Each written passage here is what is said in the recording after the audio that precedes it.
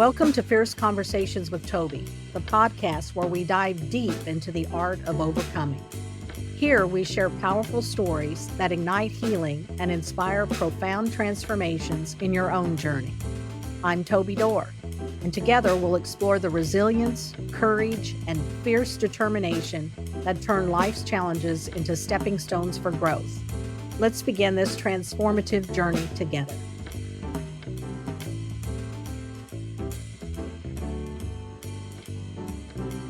So welcome to the next episode of Fierce Conversations with Toby. My guest today is Shamayne Olivia, and she is putting together an awesome book, and she has a great movement for women that I can't wait for us to dig into. So welcome, Shamayne. Thanks, Toby. It's great to be here with you.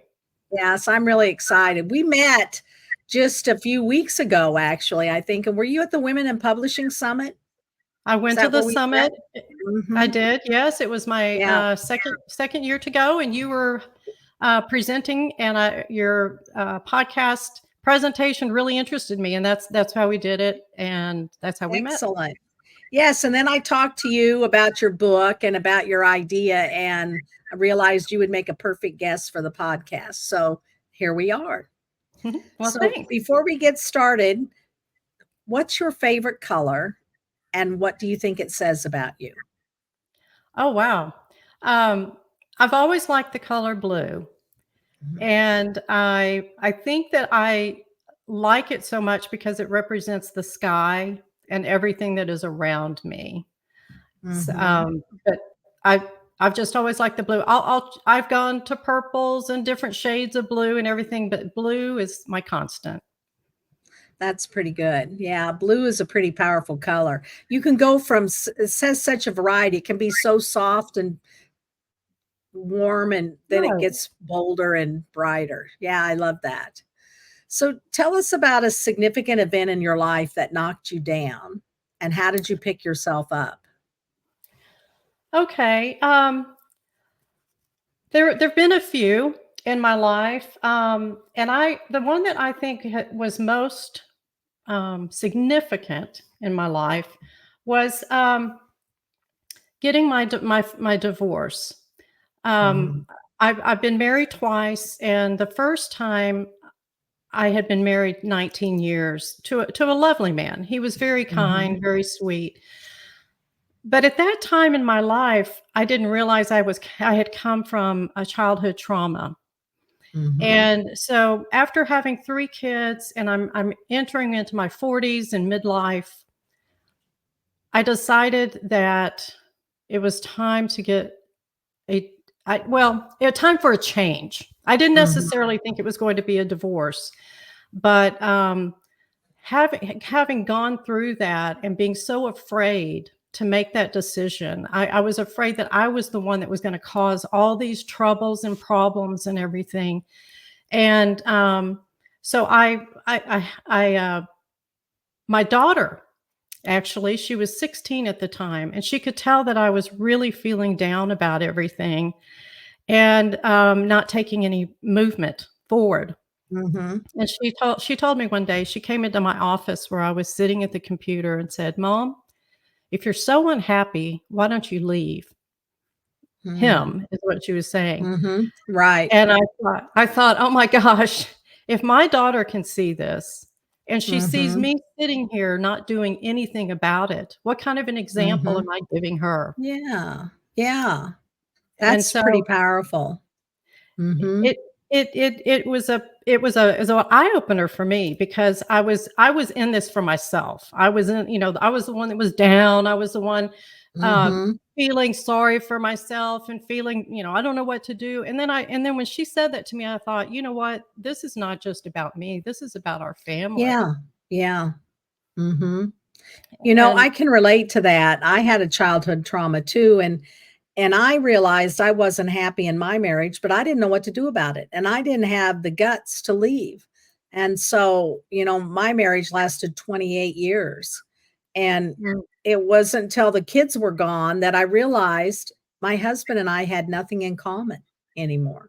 The kids were gone. There was nothing for us to interact about.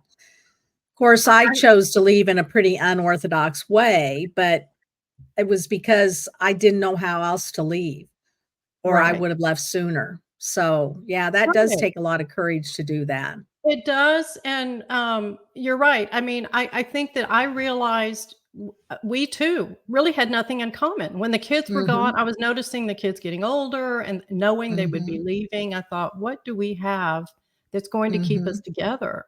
Yeah, And, a lot of people would recommend, working on that and trying to figure it out, but I just felt deep inside that it would be best for both of us.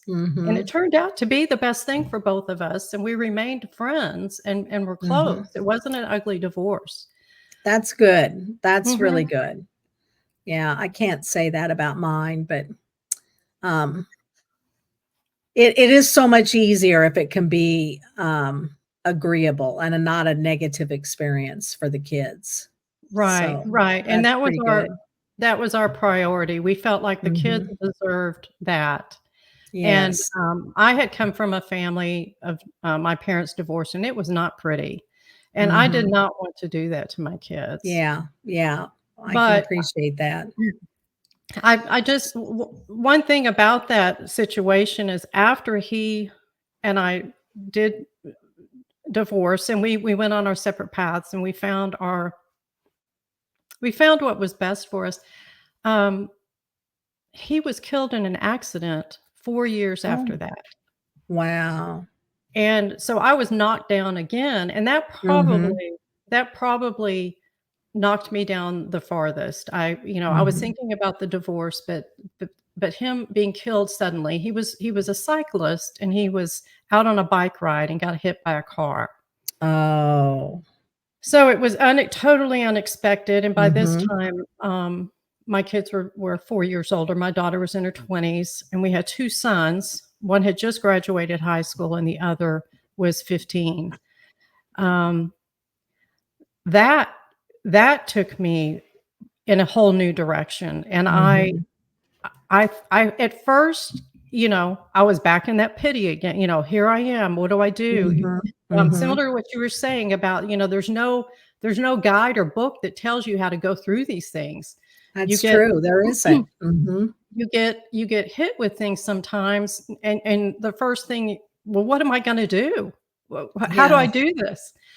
And Mhm. something inside us always, is there to kinda say, "It's up to you. Get up and Mhm. figure it out." And Mhm. and that's what I did that day. I thought, "You know what? If I don't do this, my kids have no one." Yeah. So, I had to, figure it out really quickly, and, I had just gotten a new job and, decided, "You know what? You need to go." They even offered to let me off for a while, and I'm like, "No, I can't risk Mhm. losing this job." But Yes. I also felt there was a piece of normalcy that could occur from that. If I Yeah, got there's back. something about a routine that makes it comforting. Mhm. There's some parts of the day you don't have to make decisions. You already have it planned out for you. Yeah, Yes. that makes Yeah. perfect sense. So, um, from tell me the story about your book and how that idea came to you and what your book and your movement is about, because I find that just fascinating. Well, thank you.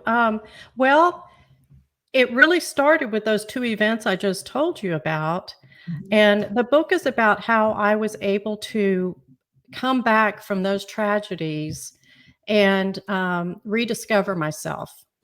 That day when Michael, or in the days right after Michael had died, Michael was my first husband. In those days afterwards, I began to realize that I really didn't know who I was.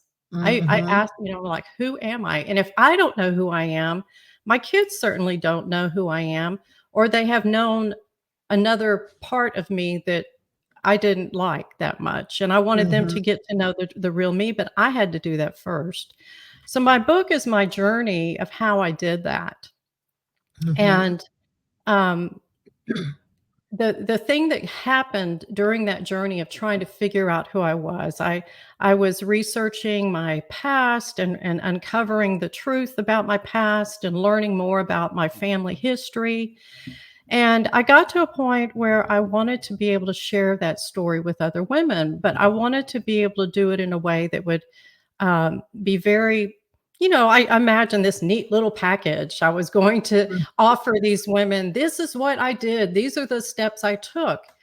But Mm-hmm. along the way, I had gone to life coaching school. I had started facilitating women's groups with other women who were already doing it and learning how to teach and how to guide women on their own journeys and how to get unstuck. And my children motivated me because I wanted to know my true self so they would know who I was. So about 2016, I had been writing out my thoughts and trying to put together a program that I could help other women with, and decided to take a road trip. You know how sometimes it's a good idea when you get bogged down with things and you're running out of ideas to kind of Mm-hmm. just push back. Yeah. Just Yeah. You step know, back. yeah, my husband and I always, when we have something big we're trying to put together or work through, we get in the car and go for a ride. It's the Yes, best place to think. It's the best place to talk. It just works. it works. And that's exactly what I suggested to my second husband. I did get Mhm, married in this interim of time, mhm, to a wonderful man, Craig. And I suggested him, let's go for a road trip. Because mhm, just like you, I have to push back and think about everything I've been doing and just kind of free my mind to start thinking of new things and more mhm, creative things. So we did that. We drove from, I'm in Texas. We drove from Texas up to Utah to Moab. And we spent a week out there just absorbing nature and just, relaxing. We called it a reboot and recharge road trip. mhm, And when I got back, this is where it all fell into place, because this is where the book came from. This is where my teaching has come from. When we got back about a week later, I was so relaxed. I was so refreshed, and I was ready to just hop back in and start practicing and writing and figuring out this passion project that I've been working on. And I had a dream, Toby. It came to me in a dream, and mhm, dreams are special to me, but I only have them occasionally where they speak to me. And this one spoke to mhm, me on a level that I had never had before. So I was dreaming that I was going for a walk with a coworker. I worked in corporate America, and we used to walk on our breaks and things like that. So my coworker asked me to go for a walk. I said, "Sure, let me clear off my desk and get my shoes on for walking," and um, did a few things, and then we start walking through the building. We worked on the 3rd floor, so we had to go down an elevator. This was all very vivid to me. mhm, When we got out on the 1st floor, we start walking towards the front door, and as we get to it and walk out, I look down and I'm not wearing my shoes. And my shoes, I couldn't believe I had forgotten, because how do you go for a walk without your shoes? mhm, And all I had on was socks. So I turned back around and I said, "I'll be right back. Let me go get my shoes." Went back in and I woke up. And when I woke up, I thought, wow, that was so vivid. And there's bound to be a message there for me. I just not thinking of it right now. Um, I got up out of bed and went into the restroom, and I don't know, washing my face or something. And I was sitting there, and when I looked into the mirror, I felt a warmth wash over me. And it said, I heard these words in my head, and it said, "You are going to teach women to find shoes for their journey." hmm. And I immediately knew that was going to be my mission, my calling. And I woke up my husband. I said, "I know what I'm going to do. I've got it figured out. I'm going to teach women how to find their shoes for their journey." And as I'm telling him that, the shoes began to break into 8 pieces. They just fell apart, and each of them Mhm, represented a piece of us that we have to know about ourselves in order to take our life journeys. And it was all of the things that I had been missing. So the book is about my journey and piecing together my shoes for the rest of my life journey that I get to write, and understanding that my past is part of me, but it does not define me. I get to I like decide that. how to define myself. I like that. And so many of us can say that, and need to say that because we all have pasts. Yeah, I love that. So your book you're writing now, what's the title of it? It's called Shoes That Fit Her Soul. Shoes That Fit Her Soul. I love that. And through it, you're going to provide different personal development exercises for women to help them figure out where they're going. Exactly. I mean, just to give you a sample of some of the things, the shoe has a soul and we have a soul, and it represents the foundation. The shoe has a foundation, so that you can stand on it and take that journey. We need a strong foundation for us to be able to build our lives around. And if you have a weak foundation, like I did, coming from childhood trauma and emotionally immature parents, I didn't have that foundation, and that's why I didn't know who I was. So I had to start there and start to figure out some things that are deep in my soul. And the shoe goes on from there with the healing and the direction of growth and things like that. Yeah, I think it's pretty powerful. And I think sometimes, of course, you don't mean literally you're going to help them build a shoe. You're talking figuratively. But I think that gives people something that they can grasp and they can see that there's a way through and how it works. Because if you just put a journey in front of them, they'll do this piece and that piece, but they don't see the whole. And with your Exactly. analogy, I think they see the whole picture, that you can't have a shoe without some kind of a tongue, and you can't have a shoe without a heel. And so all the parts are important. I They're think all that's pretty important, powerful. and they do, and they represent something to each part. And I took the journey, so I'm just sharing my experience in taking the Ye journey and the things that yes. helped me become whole again and help me understand who I am as a woman.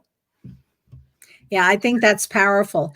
And I think that's one of the reason that we need to tell our stories too, because there are people out there waiting to hear our story. Because the way that you're going to tell your story differs from the way I tell my story about finding myself. And some parts of yours will click with the person and some parts of mine will, but they're different. And that's why every story matters, I think. Every single story out there matters. Because Absolutely, yeah, because there's we are all different. yes, So, yes. I have garnered information from so many different women, so many different people in my life. And like you said, just taking a piece from here and a piece from there. But that's what helped me take my journey. Yeah, I think that's pretty powerful. So, who has been your most important mentor? Wow. I have so many people, women that I want to just thank. I'm tremendously grateful for them because they all played a different role in my life. From my stepmother who introduced me to women's empowerment in the 70s, to teachers, to my mother-in-law who teaches me compassion every single day. There's so many people, but I'm actually going to recognize one of my bosses that I had. He was a doctor. And the reason I found him to be my most important mentor is because he had a way of asking me questions that got me thinking about what I would do with my life. Mm, And he didn't, at first, I didn't even realize that's what he was doing. But then as I got to know him, and it would happen every year at our annual performance reviews, but then also in between, he would always ask these questions, and it would just make me stop and think. And I got to a point where I'm like, oh my gosh, I am actually growing because he's causing me to think mhm. about these life questions that I had never even considered. So Yeah. I think of him as one of my strongest mentors because he helped me learn how to do that for myself. Mhm. That is important, I think. Um, so was there ever a time that you really felt imprisoned in your life, and what did you do to liberate yourself? I would have to go back to my days right before the divorce. Mhm. I felt stuck. I felt like I had no other options. I think a lot of women, when they reach midlife, they think life is over. In a Mhm. sense, you think, Mhm. "How can I start over? How can I Mhm. do this? What am I going?" Yeah. I've always played this one role. I can't imagine changing that role and becoming someone else or Mhm. becoming something or doing how am I gonna afford it? How am I going to do, all these hows, and what if happen. And so at that point, I felt like I was very trapped and very stuck. And I wanted to change, but I didn't know how. And a friend at work suggested to me, she knew me very well, and she suggested to me that I try therapy. And I was nervous about going to therapy because I thought they were going to point out everything that was wrong with me and Mhm. that I was the reason for all of these things that had happened to me. And I was just so ashamed and so afraid to go and see a therapist. But she convinced me that she thought her therapist, who was a woman, that I would relate well with her. And so it took a little bit, but I eventually went. And Mhm. when I was nervous going there, but everything just fell into place, and my mind just was opened. And when I left that day, the word liberated literally was in my mind. I felt so Mhm. liberated. And it was not just because of what we discussed. It was because I had done that for myself. Yes, I think a therapist really does help you find yourself. Mhm. The woman who's buried in all that gunk. So Well, and it was just the action that I took. I wasn't doing it for anyone else but me. mhm. It was Mhm. my decision, and it was for me to figure out. We can feel selfish sometimes as mothers and wives, that we're conditioned to believe that everyone else comes before us. That's right, that's right, And so and we don't have the right to do something unless everything else is already taken care of. exactly. So Mhm. that day, I was actually taking a step just for me. I mean, it ultimately Mhm. paid off for my kids and the family Right, and everyone around me, but right. that day was for me, and when I Yeah. walked out of there, I felt so much freedom, and I could not believe how liberated I felt. I said, "All I Mhm. did was take one step," and I think it could have been any kind of step, but for me that day, it was therapy. I think therapy has a way of doing that, and, I found myself in therapy as well, and she used EMDR for me, which so I was able to go back and heal some of those childhood traumas What does that I EMDR stand for, it's or what does it mean? electromagnetic redirection or something, but it's really weird. They they focus your eyes or something from the left to the right while you're talking about these childhood traumas, and it opens up pathways in your brain so you can make new paths for them that aren't traumatized. It Yes. seems weird, but it works. It worked I've really heard well. it. I've not Mhm. experienced it, though. Yeah, it worked really well. So, going to therapy, I think I at the time I started, we didn't have health insurance, and I told my husband, "I don't think we can afford to go to therapy for me to go to therapy." He said, "We can't afford for you not to. So you go. Mm, We'll make it work." And we did. But it was a game changer for me for sure. yeah. I think everyone needs to find that for themselves. It may not work for some, but, it certainly Mhm. worked for me, and I'm glad that I've taken that step, and then I went on to do other support groups and things like that. Mhm. Yeah, So and, one of my best support groups right now is a group of women that I met in my first Women in Publishing Summit, and we got put together randomly into an author pod, and we're still together 3 years later, and that's I great. it's a powerful group of women that I turn to whenever I need a hug or a pat on the back or a Yeah. push Yeah. forward, and Yes. that's so important. Well, and that's one of my steps in the shoe is having Yes, a support system. It's yes. so important to have that support Mhm. system. And, during the time I was stuck in my first marriage and stuck in my old trauma, I didn't have a support group. I didn't have anybody to lean on, and Mhm. I thought I had I was supposed to be the one everybody else leaned on. So, it really did change my Yeah. perspective a lot. Yeah. That's yeah, that's so important. It was important for me, and it was important for me to understand who my support group is and who are the people that I needed boundaries with. Mhm. Because I Yes. had let a lot of people into my life that were not helping me. They were bringing me down or Mhm. not encouraging, and it was not good for my life. It was not good for my health, and not Mhm. just because of the things we did, just the energy of negativity or Yeah, um, it's just you like know, walking around in the middle of a gray cloud all the time. yeah, It just doesn't lighten the world. So, not yeah, at it's all. a tough space to get out of. So, what's one question you wish I'd asked? Is there something else you'd like to share? Um, the one I thought would be nice to ask would have been, did anyone support me more than anybody else? Like, did I who in my life really helped me get to where I am today Mhm. more Yeah, than that anyone is a good else? question. Okay. So, what's the answer? Well, that would be my second husband, Craig. Yes, same here with me. My second husband, Chris. Yeah, Yeah. yeah. Oh, It my husband's brother's name is Chris. That's funny. that is funny. Um, yeah, Craig came along when I was in my had gone through my divorce. I was going through it, um, and then right before my first husband died, he came Mhm. in that place there, and he was just an easygoing, very positive. Remember, I'm looking for Mhm. more positive people in my life Yes, to yes. create a Mhm. support. I didn't know that's what I was doing at the time, but that was my thought. Is Mhm. like I need to have more positive people, and he came along and just was a friend to me. We met at Mhm. work.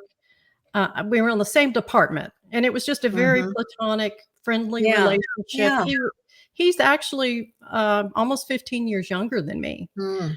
So, there was that ease of knowing, well, I'm older, he's so much younger, there's nothing here, it's just a friendship, and he just Mhm. made me laugh and smile all the Mhm.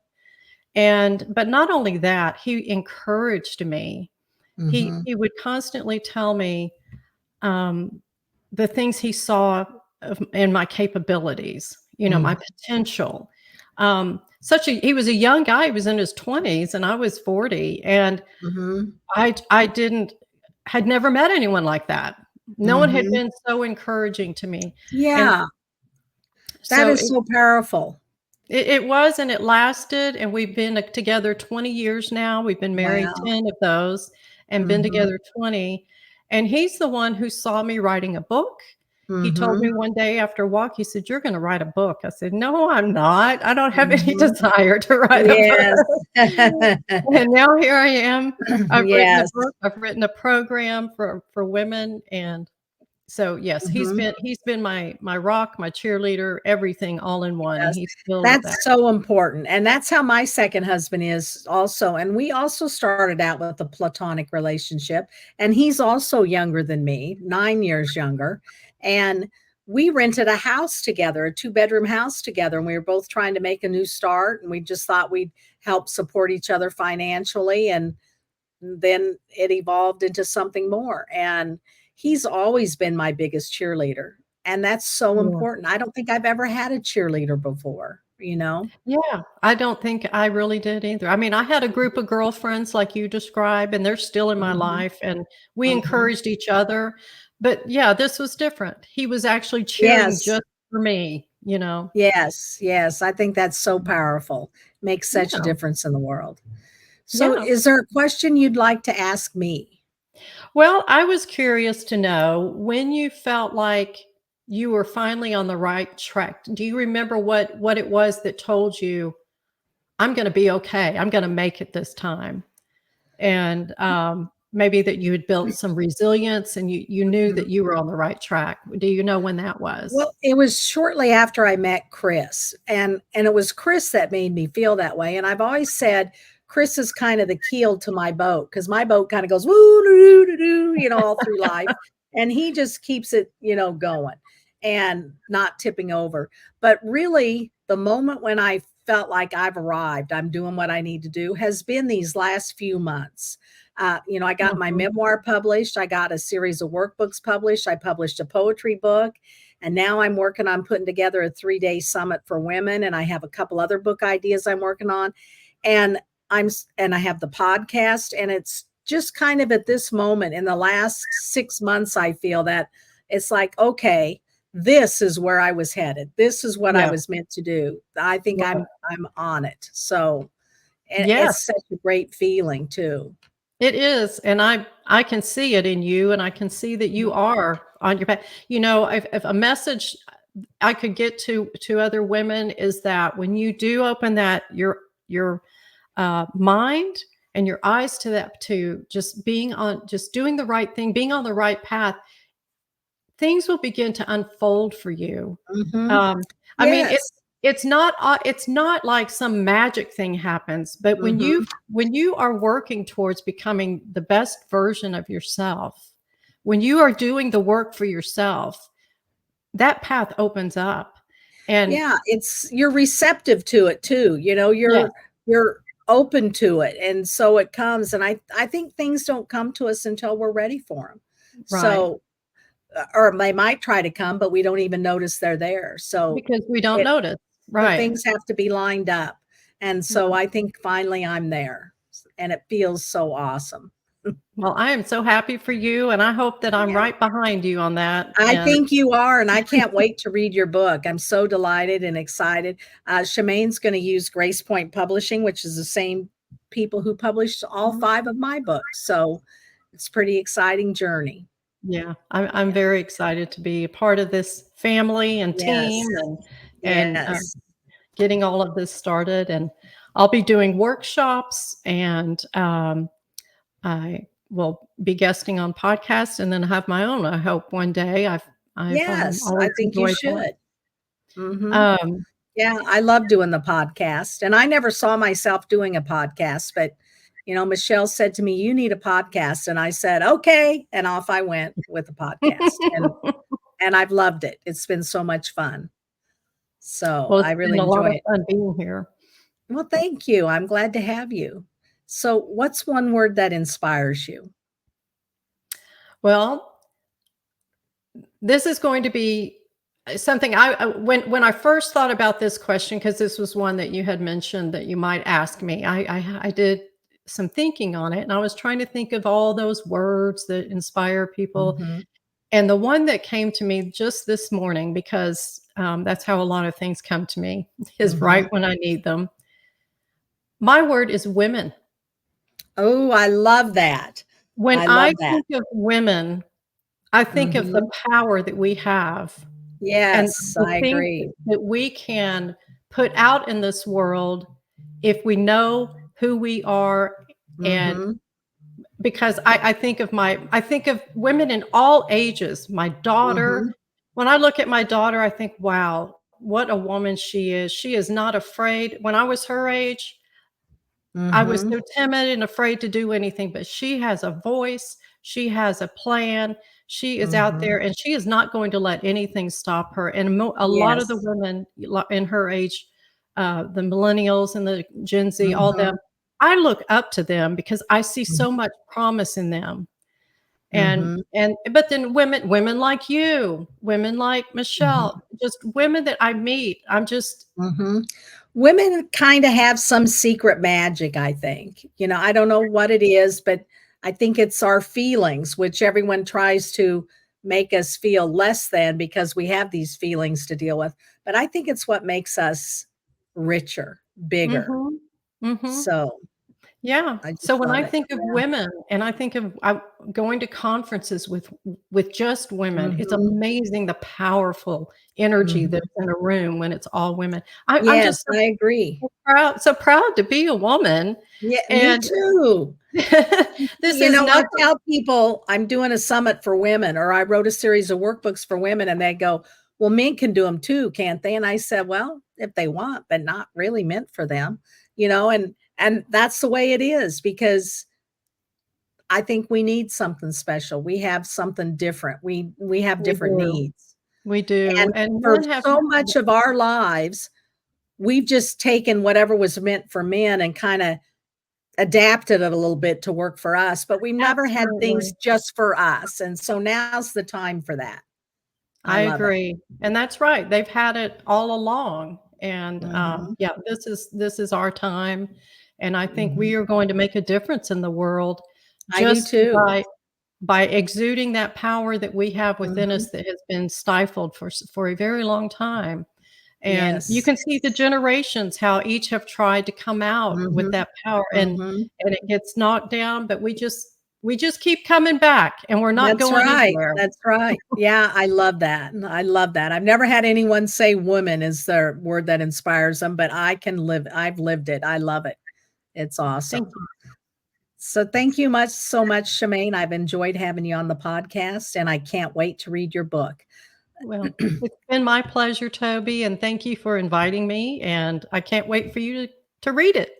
Yes, and we'll have links in the show notes to Shamayne's website or her social media so that you'll be able to get in contact with her and follow her on this journey. So, Well, thanks thanks so again. much. Thank you. Okay. All right, you're welcome. Thank you for tuning in to Fierce Conversations with Toby. Your support means the world, and I hope today's episode made a positive impact on you. To keep our conversations going, please subscribe on Apple Podcasts, Spotify, YouTube, or wherever you listen. A 5-star rating, like, comment, or review helps tremendously in spreading our message. You can also support the show by joining our Patreon at patreon.com/fierceconversations. All members receive a downloadable gratitude journal and access to a private Facebook group. Plus, 10% of your subscription goes directly to donating my workbooks to women in prison. Finally, sharing this episode with your friends and family is a great way to amplify our mission. Fierce Conversations is created and hosted by me, Toby Dorr, with production by Number 3 Productions. The theme music, Grooving, composed by Lisa Plass, features Lisa on flute, Carolyn Parody on piano, and Tony Ventura on bass. Learn more at tobydor.com. Thanks for listening, and remember, escape your prison.